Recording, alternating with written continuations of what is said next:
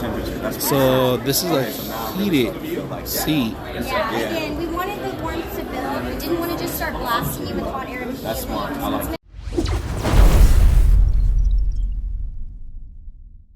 All right. LED lights on this one. USB connection. I like the color. Pretty cool, huh? Can you change colors on this one?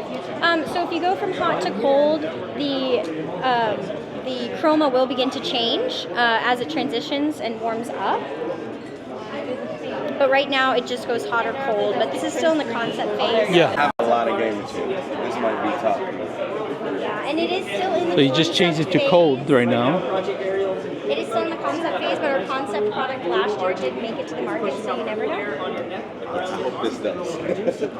No, this is neat. And I like the gradual change. Like the fact that it doesn't just super heat, super cool, like right away. So we're looking at the concept here, which is turning hot on the actual chair, but the colors of it are also turning hot. So they're red. We're going to change it to blue right now so you guys can see, but you can see where it actually heats up right there. So that is crazy. So we're looking at a cold chair now.